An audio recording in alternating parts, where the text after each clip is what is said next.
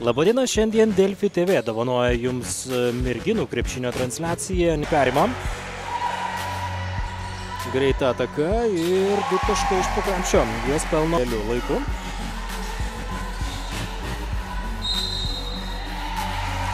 O čia jau plojant atsarginio žaidėjų suolo įsikūrusios Karolina Visockaitė, Kauno Aisčių krepšininkė, jos ūgis 1,84 m.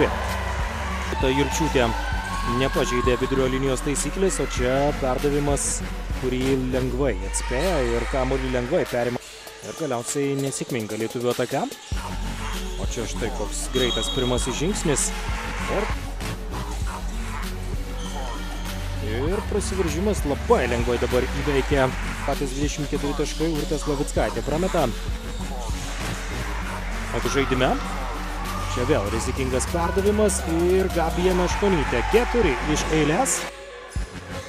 Čia į kraštą toj prasiveržimas gražiai praneria tarp varžovių ir perima kamuolį Laurita Jurčiūtė. Greita ataka, 2 taškai. Fizinė jėga gali pasirungti su savo varžovėmis. Lygų žinoma buvo 0-0 tik. O čia Juškaitės prasiveržimas, 2 taškai su pražanga. Metimas iš toli ir nuo lentos pataiko Agnė Bobinaitė. Perdavimas atgal. Jurčiūtė, gražus prasiveržimas ir tai skirto laiko pabaigos. 6 ir į metimą pataiko prancūzė. Takai skirto laiko pabaigos. Meškonytė ir sudėtingas Meškonytės metimas. Ir metimas labai reikėjo šių 2 taškų. Jie būtų išlyginę rezultatą, bet Gabija Meškonytė kamuolį perima. Ir galimybė lietuviams, 2 taškai Laura Juškaitė. Dar viena rezervė yra, atsidengia Laura Juškaitė. Graži verpstė ir 2 taškai. Gauti tiek po šiandienos, kai tek žaisti ir rytoj. O čia Martina Petrenaitė. 64-63.